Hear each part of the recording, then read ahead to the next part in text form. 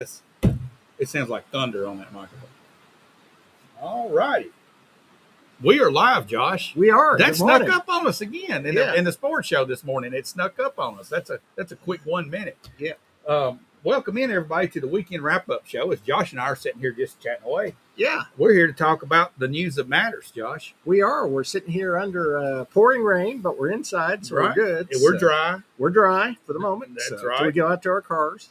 And we've got a sheet of paper here that's got all kinds of things to talk about. Lots of things happened in the past week. Warned you about it last week. Had a lot of meetings. We got a lot of things to talk about. But I think before we do, we might hear from our sponsor first. Get the results you want with the personalized service you deserve at Dennis Young Insurance Agency.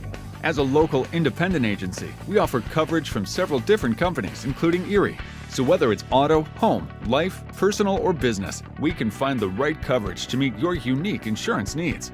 And with a rate lock advantage, your rates won't go up as long as you do not change drivers, autos, or addresses. Contact us at Dennis Young Insurance Agency, insuring Shelbyville and surrounding areas since 19...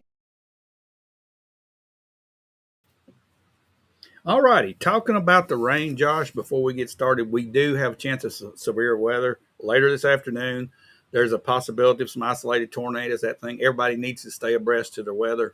However you check it, if it's Shelbyville weather or I would follow local, Elijah on Shelbyville weather. He'll probably be live all afternoon whenever there's warnings on. And we're not meteorologists, but he is, or I think he's close. I think he's pretty doggone close. He's getting on there. Yeah, and he's our best local source for especially something like this where you need to know exactly where it's at. If you need to get in your basement or your safe space, you're going to see from us the National Weather Service forecast and maybe a comment every now and then. But Elijah breaks it down. Oh yeah, he's going to give you your street. He's going to say if you're over on Bug Scuffle, you need to get in your basement or whatever. So follow him, and he'll give you the updates on the weather. So all right, he covers Bedford County and Coffee County. He does, yeah. All right, he does a great job. All right, so we've got Monday. Josh, you hit the ground running. Monday, I hit the ground running with 4 meetings on Monday. Monday morning, we had the city pre-planning meeting. That is the meeting that happens a month before the Planning Commission gets together, where the staff and the applicants all get together and look at the different projects that are coming up in the next month, and they get comments back from staff that say, hey, you messed this up on your plat, you didn't do this right. They get all their ducks in a row before they present it to the Planning Commission.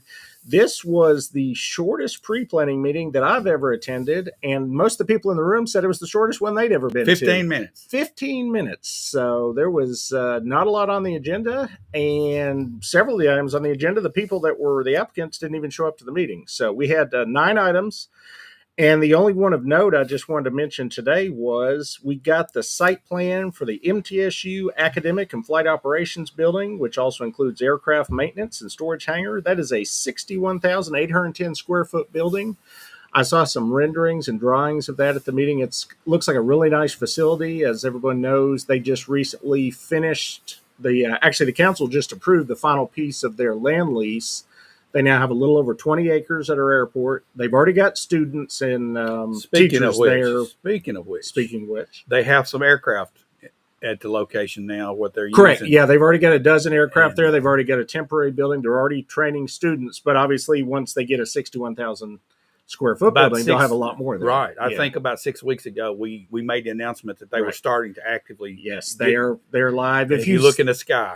Well, look in the sky, and if you drive past the airport, you got the feed store there. If you look just beside the feed store, you'll see a couple of MTSU banners. That's where the students and the teachers are coming and going and learning how to fly airplanes. So and they're doing it right here. Right here in the sky. Probably not today in this weather. I'm going to guess. I'm going to hope. But what you can do is that just after sunset, you will see a lot of planes in the sky just by looking at the lights. Right. I mean, that's just a sign that they're doing their thing. They're up there training pilots, training the next generation.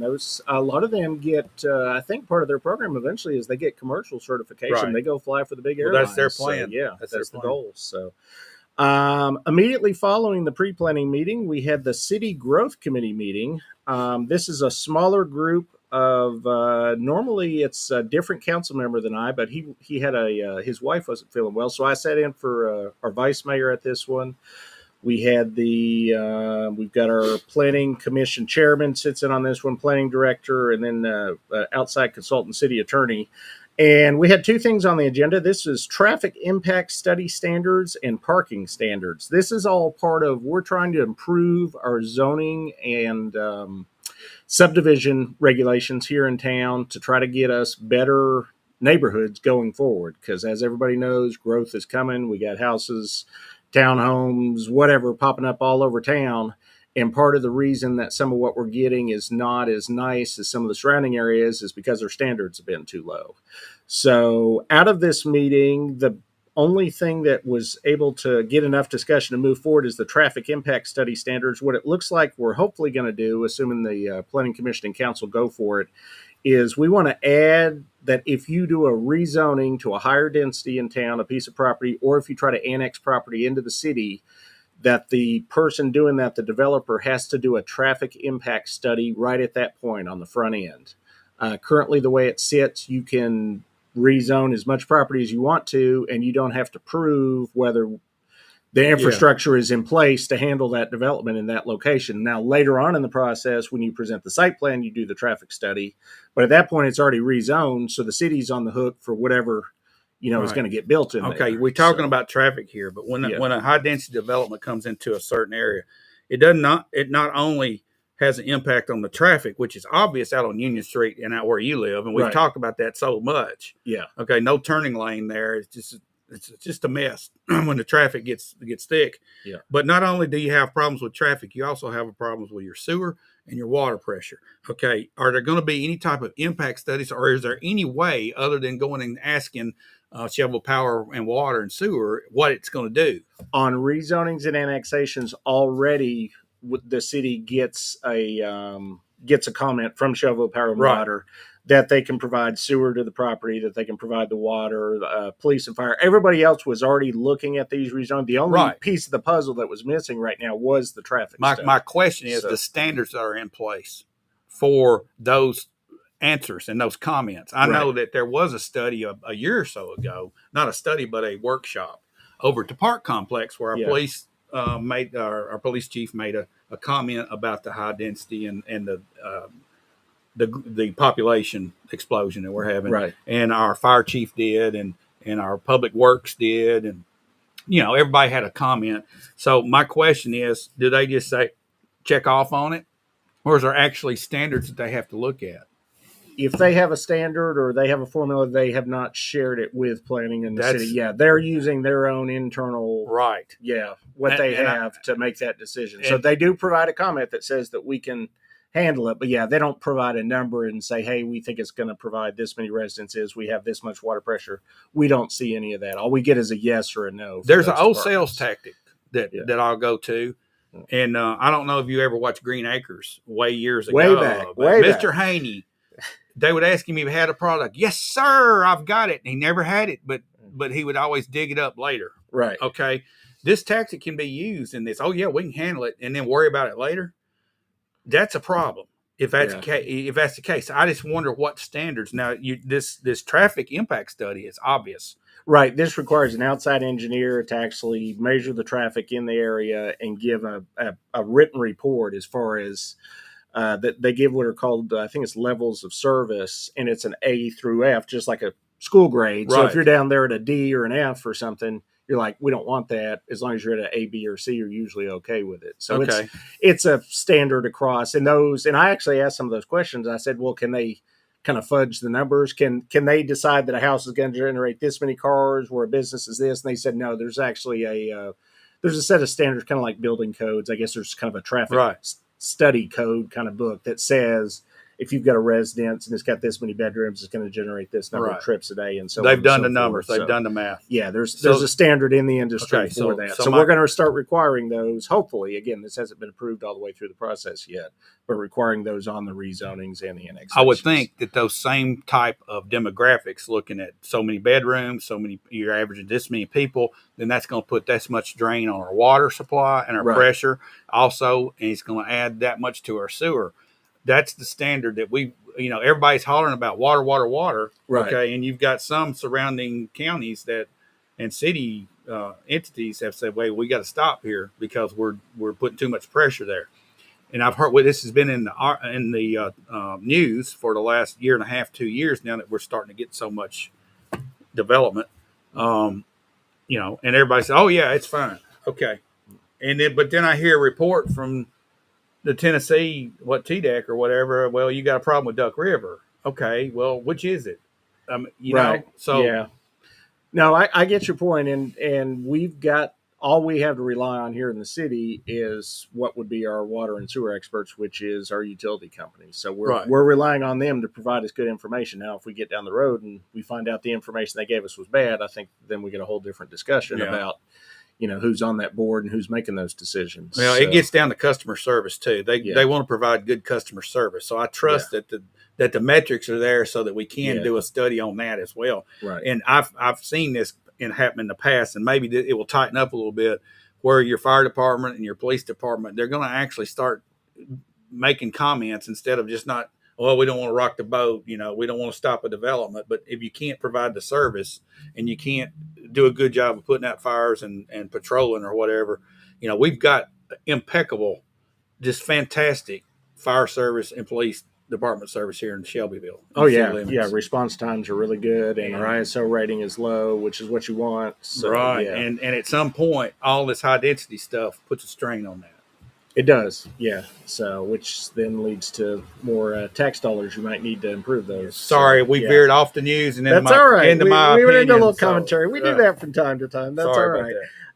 Same day, Monday, I went to a afternoon meeting. This was just a discussion meeting on animal control in the city and the county. I was there with the county animal control people, an animal rescue group from here in town. And we were this is more of just discussion. The city council is hoping to have a study session possibly in the month of April, if we can pull it all together, where we'd like to get in some experts from rescues, hopefully some vets in the area, some veterinarians, some county animal control, if they'd be willing to come and just try to look at the situation, because we've had so many issues with phone calls and complaints about the dogs that have been left tied up outside when the weather's not good, when it's too cold at night. Continue to get the rooster complaints. I don't know that we've got a solution for the roosters. If you got a rooster in town, I got a solution. I know, but a legal solution we've not been able to come up with, because we did the research, and to actually take the rooster from the person and dispose of it or give it to somebody else is a long process. I mean, it's a piece of property like anything else is, and everybody's got due process. So you got to go to court, you got to get warrants, you got to have a court hearing. I mean, you could have to have a rooster in a cage for 2 months to get this thing straightened out, and then you got to feed the rooster the whole time. And so animal control does not want to be housing roosters. So, but anyways, the point of the meeting was just discussion. We had a lot of good discussion, and hopefully in April there'll be a study session where we can have a public meeting, have more discussion, hopefully get some better animal control ordinances that take care of some of the issues that we've been dealing with here. And it's not just in the city, in the county as well. They mentioned that they've had a decent number over the past few years of hoarding cases and stuff. We got people that have too many animals, and then they have to take them to court, and they've not had good luck getting our local prosecutor to actually prosecute and give any real time for those. If you just give somebody a slap on the wrist, stick them back in their home, they're just going to hoard, dogs and cats again. So yeah. What about this? How about this? Yeah. We just make a statement and just make an ordinance that no farms inside of the city of Shelbyville city limits, and define a farm as this, this, and this. This is what a farm means. You got this many animals. I think we actually allow farms, but it's the... Oh, do we? That's our problem. We have farms inside the city. Well, we got farms in the county for sure. So, well, yeah, but in the city, that's another thing. Yeah, just depends on how many acres you got. So, last meeting I went to Monday, and this one isn't really super newsworthy, but we're the only ones there and the only one covering it, so I'll mention it. This was the Bedford County Republican Party reorganization. I was fortunate to sit on the executive committee there for the past year as the secretary. Oddly enough, I've got a lot of meetings going on right now, so I decided not to rerun for my position. So we had, this was the biggest turnout of any meeting I've been to for the Republican Party here in the county. We had 78 people show up that were bona fide as Republicans, which meant they had voted in 3 of the past 4 Republican primaries. And we had almost a complete turnover of the executive committee. There's 8 people on that committee. 6 of the 8 are now new after the meeting on Monday night. So you only had 2 that were repeat members, and then half of those new members actually are so new they hadn't even been at a meeting that I've been at yet. So, Well, I was just kind of casually observing this, Yeah. and I noticed that your entire new board is basically government employees. there were definitely some government employees. I did not do the math on that, so I don't know the percentages, but I said, employees, the government employees have got active politically. Yeah, well, I was a government employee while I was on there too, although kind of at the end. So Yeah, I consider you not an employee. I consider you a representative. Yeah, I guess That's a little different. I guess, yeah. But no, I just I wish them well, and hopefully, and again, the new ones. I was the same way when I came in. I'd never been to a meeting until the first meeting I went in and became a member of the executive committee, and then we took off from there. And hopefully, there's not a lot going on in the next 12 months, but eventually they'll get involved in the next county primary, which will be May of next year. You've been there, so yeah. And of course the Republican Party nationally and statewide and hopefully locally. One of the descriptions that I would give to the Republican Party, pretty much by and large for my whole life, has been conservative. Right. That's how we labeled that party. Do you see that to be playing out true at the local level? I would say we had a fair number of conservatives on there. The year that I was there, the main focus of the executive committee was the presidential election. So it was, especially that 3 or 4 month period, it was all about, selling Trump merchandise, getting Trump signs out, and also our local, we had Marsha Blackburn signs, and we had Scott Desjardins signs. We had all of our local Republican candidates. It's more about just getting. It was almost more of a store, getting merchandise out there. Well, you're promoting the Republican brand. Yeah, we're promoting all the candidates that are on that side of the ticket. So, other than that, we met once a month. We tried to have a speaker that would speak on some kind of topic. We actually had some pretty good speakers throughout the year that spoke on different topics that, were definitely on the conservative side of things. And so going forward, I don't know what the new executive committee, what their plan or their goal is, but we'll find out in the next few months. So I'll probably go to at least a few more of those meetings. Watching. So yeah, we'll keep an eye on it. So Tuesday, this was the big one going into the week. This was the county commission meeting. As Bill and I talked about last week, there were really 2 big items on the agenda, which were the county wastewater authority and then the ordinance changing the zoning on RVs and ready removable structures. On the wastewater authority side of things, it didn't even get to a vote. So no, it was headed off a cliff. Well, it was kind of falling off a cliff. So the initial motion was just motion to deny, and that got seconded, and they were about to go. And then Commissioner Vick stepped in and said, "Hey, let's not even bother to vote on this thing." He knew it was dead. The 2 passengers that were in that car took a parachute out the window. So he said, "I'm just going to go ahead and withdraw this thing." So it was withdrawn with the intent that for the next 6 months, the county planning will study this. And I would assume they're going to bring something back, and I'm going to bet it doesn't look anything like what they brought this time. Keep your eye on the ball. So, Keep your eye on the ball here. Yeah. Just watch what's going on. Watch what happens, but I bet it's a lot different than it was this go around. I'm sure. The RV issue, which was it's currently illegal. I guess, it's against codes. I guess you would call that illegal to live permanently in an RV in Bedford County. But the idea was to move that over into zoning and planning and make it against zoning to live in an RV permanently in Bedford County. Same with ready removable structures, which would be like that shed that you see out in the parking lot at Lowe's, which we've got people living in those in the county. We've got people living in those in the city. Right. So I've seen. There was a decent amount of discussion on this one. The initial motion and what passed, I believe it was 14-4 vote on this one, was to defer this for 30 days and have the commissioners talk to their people in their particular districts. Because if you drive around Bedford County, we've got people currently living in these structures. Right. So how do you mainly tell somebody, hey, you can't live in what is your home anymore? So that's on your property. On your property. A lot of times on your property. Now, there's some that are also renting property, but you've got both. You got a mix of both. You got people on their own property, and then you've got people renting space. And for a lot of those people, this could be their final step before they're Yeah, living in homeless. their car or homeless or living under a bridge or something. So it's just a hard one to swallow. There was one lady that did stand up and say, hey, I've got a neighbor that's just being obstinate. He's not really financially where he needs to be in an RV, but he's bringing these onto his property, fixing them up, got people living in them, coming and going and all this. Well, Josh, And, outside of doing an audit on his financial situation, how do you Right. know? right. Yeah. She's assuming. Okay, and yeah. one gentleman stood up, which we've had on the show many times here, and we're going to continue to talk to Paul Engel. Yeah. He made a constitutional argument where it violates the constitutional rights of a person by not having due process and so forth. And I forget the exact amendments that he went to, but he made a compelling argument that unless we're harming other people outside of our property, Right. then the Constitution basically says that you have the right to live on your property the way you see fit. And if somebody has a camper setting up on their property and they're not harming somebody else, we need to back off. So there's a delicate balance here.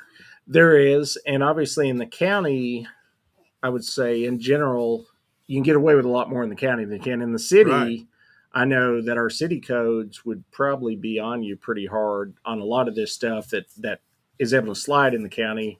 So it's hard for me, sitting on the city council to say, hey, they're being too hard on them when I know that our city people are doing some of the same thing as far as, we had the, what was it? There's the one on Main Street where the guy with the car lot put the trailer on his property and it didn't meet codes and they ended up cutting the power and the utilities off to it. It's actually, he's in a double wide. Right. Yeah. Type It's not even in an modular RV. Yeah. It's in a trailer. And because it doesn't meet codes, Right. they basically forced him out of his own residence. So it's a tricky situation Yeah. there. So, and I'll be interested to see again, they didn't push this to a committee or to anybody to study. This isn't going to a study session. This is literally going to come back just like it is In 30 at days. next month's meeting. Right. So we'll see what happens at that meeting. And then another one that I honestly didn't expect to be controversial, but it ended up leading to a lot more discussion was the morgue. As we found out several months ago now, Vanderbilt no longer accepts out of hospital deaths Right. at their hospital morgue. So there is no other morgue in Bedford County. So the county's being forced to, for lack of a better term, to build their own morgue. They're currently just using like an old walk-in cooler over at the old workhouse to store dead bodies, which is not the best situation. So they asked for, I believe it was $260,000 to go ahead and move forward with this project. The discussion and the debate ended up being, should they get a bid on the building before they ask for the money, or do you ask for the money before you get the bid? Cart or the horse? Yeah, exactly. Yeah, which chicken or the egg? Which one comes Exactly. first? I think in this case, though, how would you approve an amount of money when you don't know what the amount of money is? Right. They're just estimating with this 260, but on the other, to devil's advocate on the other side, I don't think anybody's going to vote down the morgue. No. It's literally a necessity at this point. It's a matter of how much we're going to approve. How much we're going to spend Yeah. on it. Yeah. So I think, I don't know. It's got to move forward at some point. It doesn't need to get drug out by politics And too long. the reason this is happening, I think, is some of the history we have, recent history in the last 2 years. You've seen this. Oh, we've got to come back for more. right. We got to do this. We went over.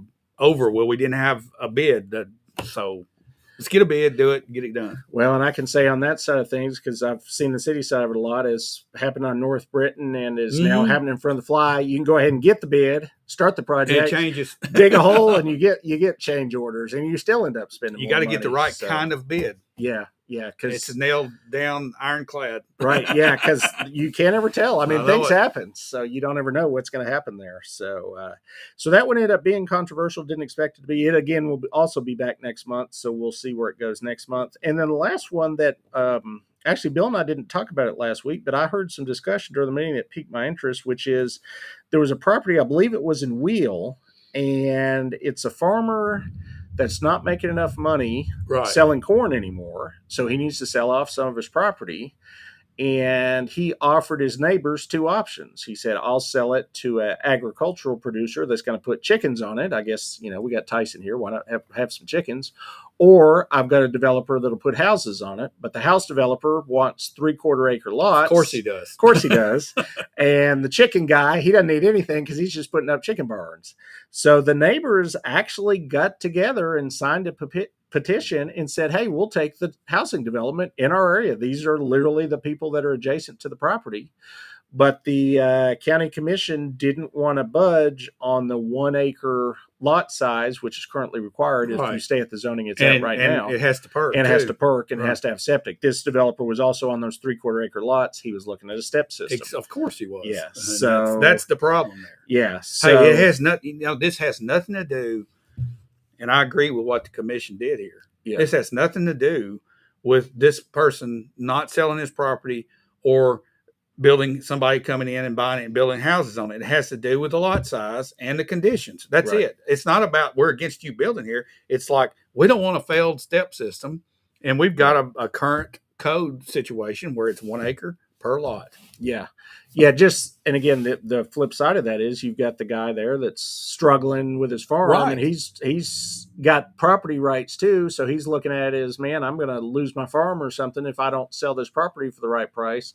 So it's always good just to look and say, hey, I realize we've got the hard standard, and I don't disagree with what the county commission did, but realize there's a person on the other side of that decision, and it could have impacted him negatively. Yeah, We'll see what happens. Here's on the thing: property. he could possibly find a local developer that knows the land and understands what we're dealing with here in Beaver County to come out and develop that. Maybe at the 1 acre. Now, assuming they all perk. Yeah, exactly. That's the trick. I mean, and there's it's not a slam door here. It's just redirecting. Right. And he is allowed to sell it, and he's allowed to sell it off in 1 acre parcels as long as they each perk and build a house in each one. So he's definitely going to have to go in a different direction because he got shot down on the other one.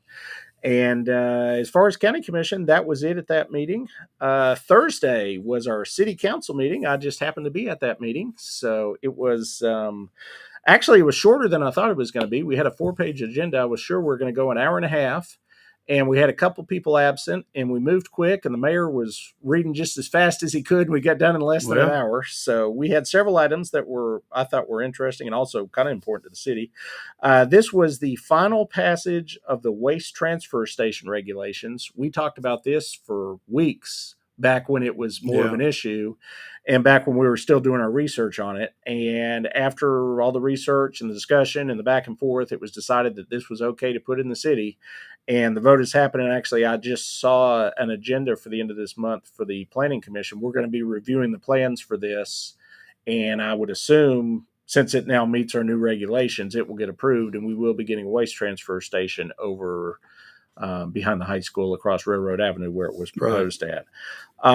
There were 2 rezonings that were on the agenda for the bypass just off 231, actually between 231 and Fairfield Pike. Those passed through planning without any big issues. I believe there was 1 no vote on one of them. But we are about to go into what's called a possible memorandum of understanding on a corridor access agreement, which it impacts 231, 437, where this development is proposed at, and 41A.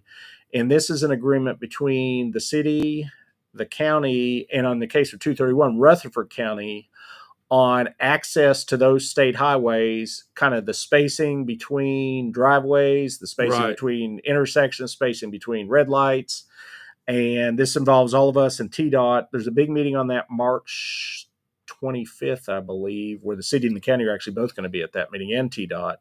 So I didn't feel like it was a good idea to move forward and start developing things on the bypass when we still aren't 100% sure what we want on the bypass. Right. Well, the bypass is made for one purpose: to bypass. The name is bypass, so you think you want to bypass. And you're hopefully you're routing large trucks that would keep so they can get around and avoid the main traffic flow, right? The residential traffic flow mainly, and and our business traffic flow. They can go around and hit 231. Okay, that's obvious, and it's same coming through from 231, heading going back the same way. Yeah. All right, so now you're talking about 2 rezonings.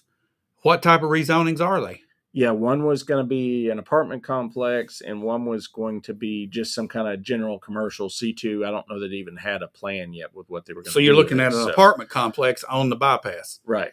That's high density housing. That is, yeah, but yeah, it was R4, yeah, which by Okay. definition is our highest density. Let's talk about and this is something that's been really active on Facebook Mhm. and on social media and in just conversations. All the traffic on the bypass right now, that's a lot of dump trucks hauling rock. We put a video, overhead video that Bo went out and shot with his drone to show all these dump trucks hauling all the rock Right. into the Walmart DC, and they're coming from. They have different routes, but by and large, that bypass is being used, and you've got heavy dump trucks not coming through the city. They're going around the bypass, but you have other people driving. Of course, they're getting to and from where they're at, and there was a tragic accident that took the life of 2 men. Yeah, last weekend. Okay. Yeah. And you also had a young lady driving a vehicle get rear-ended, and basically she was lucky to be alive. You've had other issues with that. Now, that's the type traffic flow that's going to go around the bypass.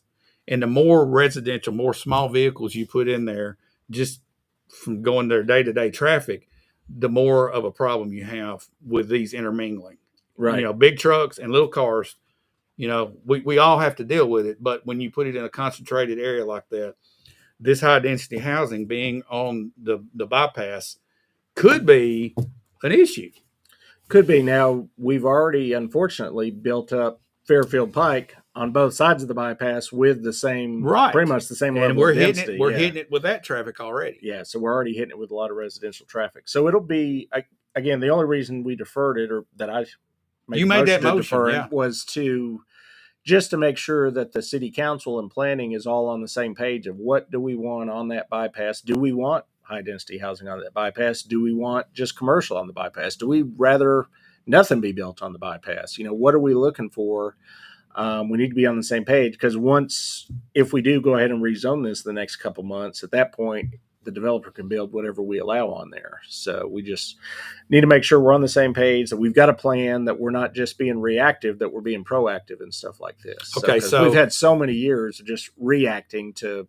Right. You know, we get after an application, and say, oh, sure, yeah, you want to build that there, go for it. And then 5 years down the road, it gets built. You're like, man, that wasn't a very good idea. Yeah, and it seemed like in the last few years that there's really been no plan to put these places where they should go, and there's no design. If you looked at our planning map, it probably looks like a jigsaw puzzle with all the pieces in the wrong place. You know? Yeah. Some of our zoning. So I think it's important for the residents of Bedford County, but specifically the city of Shelbyville, on this bypass situation, to keep their eyes open to what's happening. And if you have an opinion, let your commission, your council person know about city it. Council person, because they're the ones that'll be voting on this. So, same night, this was the big one for me. This is the one I've been working on for over a year. We got a unanimous approval, which was only 5. Mr. Christie was out; he was having some health issues. He'll be back next time. But we got unanimous approval on changing our zoning ordinance to require 30% of open area on any new multifamily developments that come into the city.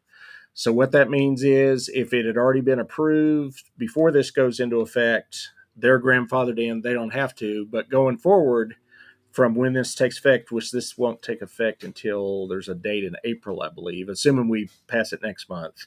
But from that point forward, if anybody wants to present a new multifamily development in the city of Shelbyville, they have to set aside 30% open space for the residents. Josh, this is something you've been championing for 3 years now, since you've been here.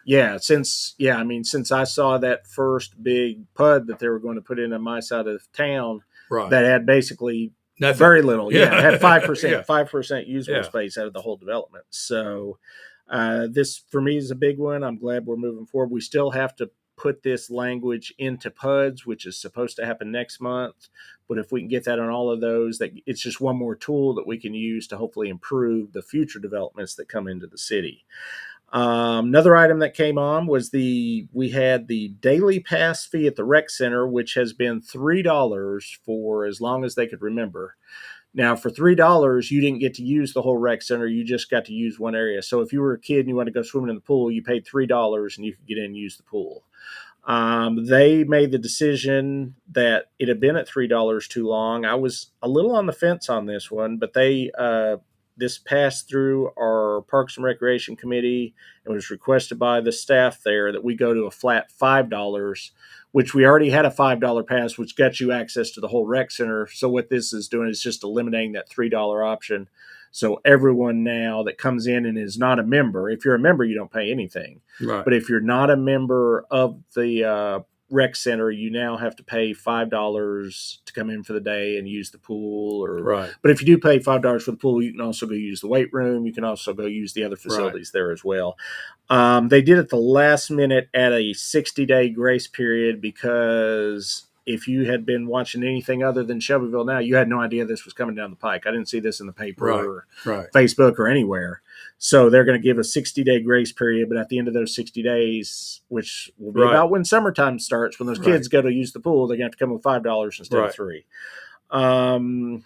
Couple of last items. We had an item on the agenda, which let me just tell you, because I'm on the council, this was on the agenda. It wasn't, no information about it was in my packet. All it said was we were going to vote on additional funds for the ongoing city-county lawsuit, which we've talked about. Yes, for a long time. So cities run out of money in the budget again for those attorneys. You know, those nice attorneys in Nashville, they drive really nice cars, and those car payments just keep coming in month after month. Yeah, they're not going to stop. They got another round of car payments. So they asked us on the council to approve up to $250,000 more dollars to pay to the attorneys. This is what I want to know. Yeah. All right. Where does this thing stand? I think the mayor of the county and the mayor of the city need to give an update to the citizens of Bedford County and the city of Shelbyville where this lawsuit stands. I understand there's a court date coming sometime down the road. Court date the last week of April is when it's supposed to finally go to court. Okay. So there's going to be a ruling, and we're going to end up finding nobody really wins.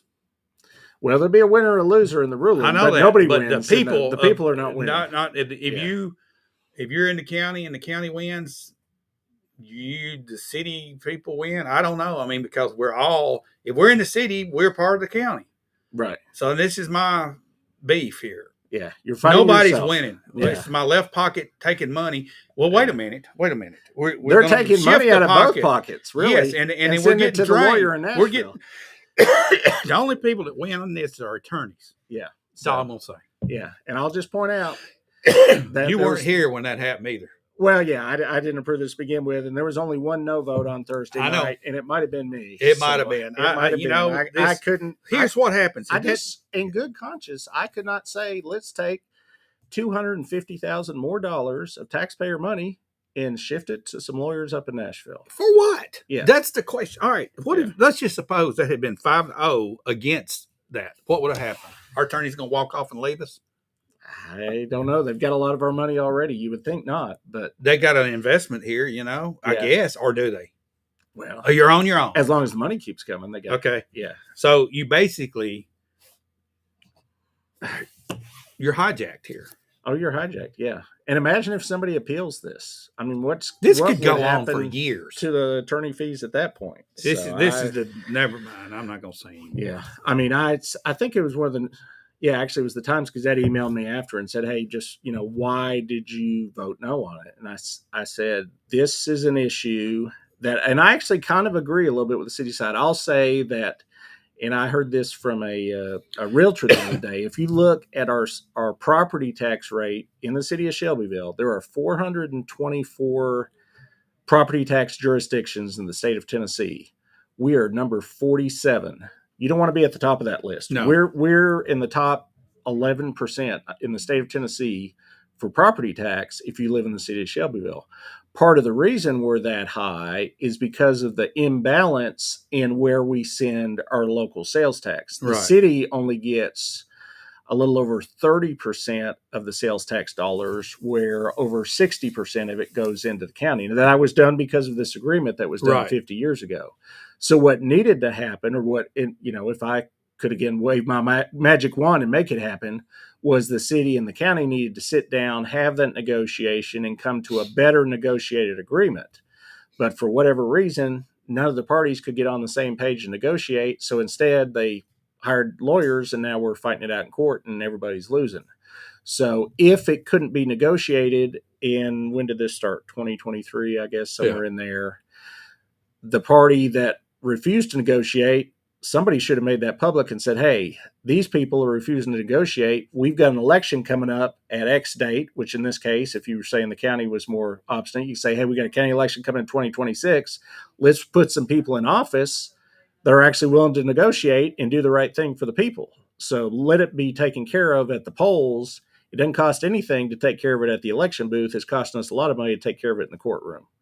So we're stuck here now. We know who didn't negotiate. Well, and we're stuck here now, but I still couldn't say yes to more money. I understand that. And it's just more taxpayer money right down there. What happens when you run out?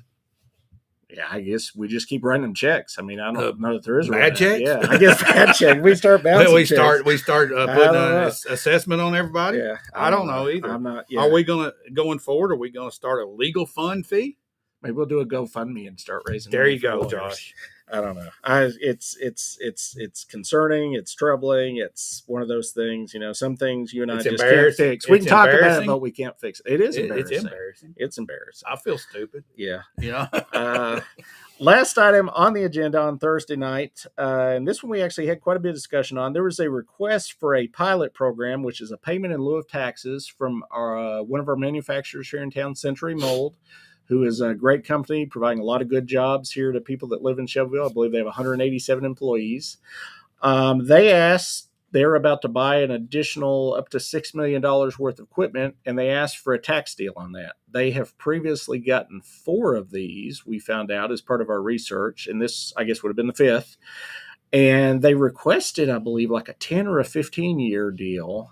And after we got with the tax assessor, I believe it was Rhonda Clanton, she got us some numbers, and then our city treasurer, Kate, and put together some spreadsheets showing us the different discount they're good depending on which, if we did a 3-year, a 5-year, a 7-year, a 10-year, that kind of thing. And the council looked at that and decided probably let's offer a 3-year to start with, because they're not providing any new jobs. That was about what I was going to ask you. Yeah, how many new jobs are coming? It was bringing no new jobs. It was just allowing them to upgrade their capabilities to stay competitive with their competitors in the industry. So Bill and I think talked about this last week. You and I may have talked about it a couple weeks ago. It's just a bit of a slippery slope if you start waiving these taxes, which I'm not a fan of these personal property taxes anyway. Oh, it's ridiculous. You pay them, I pay them. I mean, businesses pay them on their equipment that they have to produce their product to go out and sell. So I'm paying it on my desk. You my pay it on your chair. It's right there. Your chair you're sitting in right there. It's ridiculous. Yeah, which is, it's a little bit this of stupid pencil is getting taxed. Anything that you've got in your business that you use to conduct your business. And you know what? The general public does not know that. No, I don't think people that are, a lot of people not in business don't realize that businesses pay that. It's insanity. But on the other hand, if we start allowing every business that goes out and buys new equipment to just get a waiver on that tax, it's going to create a shortfall at both the city and the county. This deal, if the city approves it, the county is giving them the same, whatever deal that we give them, they would get on their county taxes. So they would have no tax on either side of the equation. So you're basically doing an agreement for city and county when you vote at the city level? I'm guessing the IDB board signs off against the county side, but I've never seen the county commission vote on one of these yet. So at least so far. Now we'll see when this one gets all the way down the road if they do. So this is just another one to watch. There was a 3-year offer. It was made. It'll go back to them and the attorneys, and we may get a counter offer. They may accept it. We'll see what happens with that. Okay. And then something that's not on my rundown, I just want to mention it real quick. I don't want to get too deep into it because I don't know how much of it I'm even allowed to talk about. But I did have a meeting Tuesday with Cooper Steel, and we had city and county people there. And Mr. Cooper has graciously agreed to pay for a study that's going to be done on economic development, what the city and the county can do together to bring more good jobs, to bring Shelbyville and Bedford County, move us forward. Bring our demographic level up, bring in, more educated workforce and get industry into town.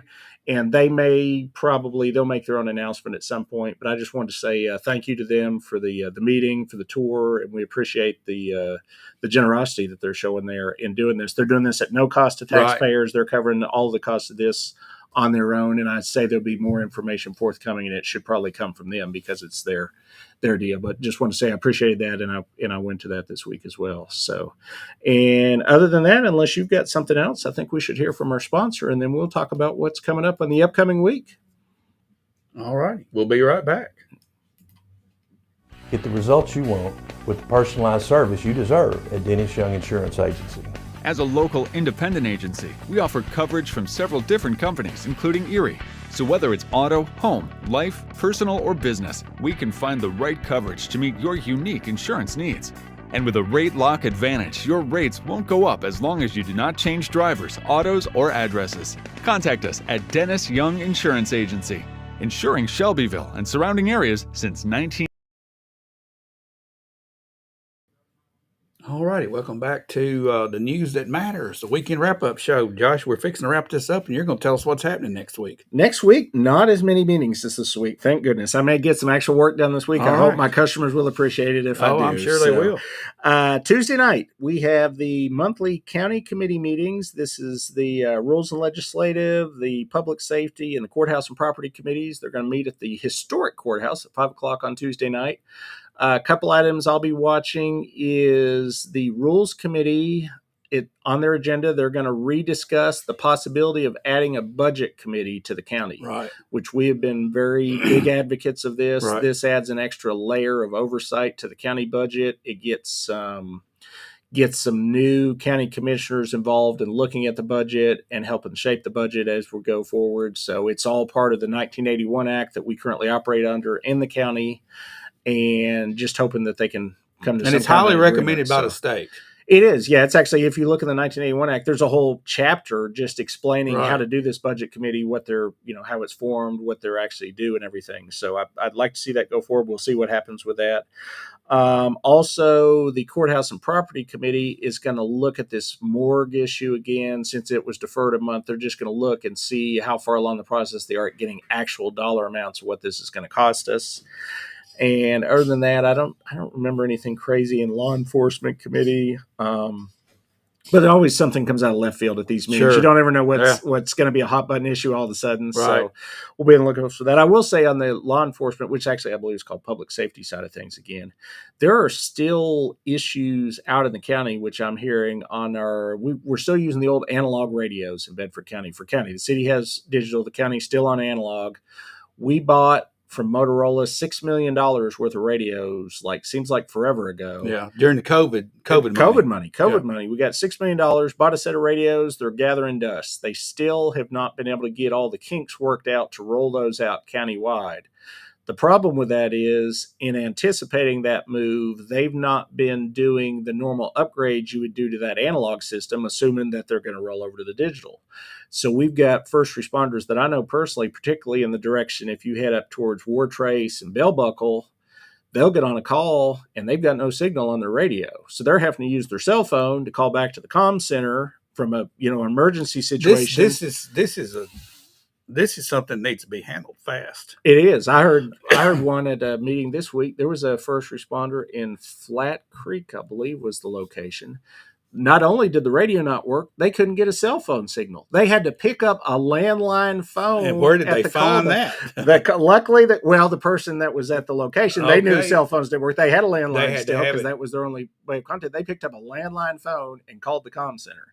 So this is something that I think, if it doesn't get brought up at this month's public safety, it will be soon, because this is starting to be an issue out in the county. Right. And we're going to get somebody hurt, or we're going to get somebody, worse, because they're not able to make contact back where they need to. And I want to put a plug in. Yeah. Our scanner live. Yes. On our website. If you go to our website, you can go and you can hear the county and city, and you can see what's going on with just the reception that thing's got. Oh, you can hear it. Yeah. You can hear them drop. You can hear them not being able to communicate with each other. Yeah. And you compare that to the city, man, it's crystal clear, and it's right on point with that digital system. Yeah. So we got to get this fixed. Yeah, the county needs to get on the digital as quick as they can. It's one of those things that's been lingering. It's been dragging on. It's kind of past the point of where it's man, we wish we could do it. It's gotten to where it's really a necessity now. It's life and death situations Yeah. that are hanging there. Yeah. So, and I know they're working. I don't think nobody's I know, just sitting yeah. around on their hands, No, but no. it's something that needs to get fixed sooner rather than later. Thursday night is the monthly school board meeting. The big item on this agenda, though, actually a couple things I'll be looking at, but I did see on this agenda finally is the offer of the property at the Remington Farms PUD to the school board. This will be Yeah. discussed and voted on at Thursday's meeting. I'll be interested what the discussion is. And then we've been following for the past couple months. I'd like to see the attendance report now. Oddly enough, despite the fact that from everything we're hearing, the city and the county are growing, this particular school year, our We've lost some student kids, population has actually decreased this school year, which is really unusual. So we'll see if that continues to be the trend. And then not an official city or county meeting, but Friday morning, I'm going with some of our city planning people. We're going up to Murfreesboro to MTSU once a year. They have what is called the Forum on Growth and Regional Challenges, which oddly enough, all this growth is not just in Bedford County and Shelbyville. It's all over Middle Tennessee. So I'll be there with, there'll be, I believe, one of the speakers like the mayor of Gallatin. There's mayors of other cities in Middle Tennessee. There's some experts. And for about 2 hours, they'll have a couple different sessions where they just discuss what different municipalities and counties are doing in Middle Tennessee to handle the growth, what new ideas are on the horizon, what we could do maybe to help manage and structure our growth to where we're getting good growth inside the city instead of just sprawl and, there's a lot of houses and all that. So. It is a regional situation, and if you look, it seems like everything south of I-40 is getting inundated. Well, and even north, because Gallatin's there. Gallatin, they're Gallatin around is too, honestly worse than we are. So they're similar to like what has happened to Rutherford County, maybe Well, worse than maybe the entire state when you go looking at it. I mean, it's a great place to live, and people are flooding here. People are coming in, a lot of them from out of state. So, and a lot of them are leaving Nashville and coming to more rural areas too. Yeah. They're going to the sparsely populated for some reason. Yeah. And what do we do as far as infrastructure and all that to handle that growth? So that'll be just interesting. I was supposed to go to that last year and something came up that day. I wasn't able to attend, but I'll be interested to see what other towns and cities and whatnot are doing. Yeah, it's basically all these smaller towns and sparsely populated are having to change their DNA. Right. Yeah. How hard is that? Man, it's tough. It's not easy. So it's not easy. But other than that, we will be back here, same time, same place, same channel next week at 10 o'clock on a Saturday to discuss the news that matters here in Shelbyville and Bedford County. And stay tuned to Shelbyville weather all day long today. I'm sure he'll have live updates. Yes. Keep an eye on the weather. Don't go too far astray where you can't get to your home or a storm shelter or somewhere safe in case there is any kind of tornado. And I'll post on Shelbyville now if there are any major updates that we need to get out too. Always good to have a lot of people trying to focus on this when we got weather like this. Yeah. Thanks for watching.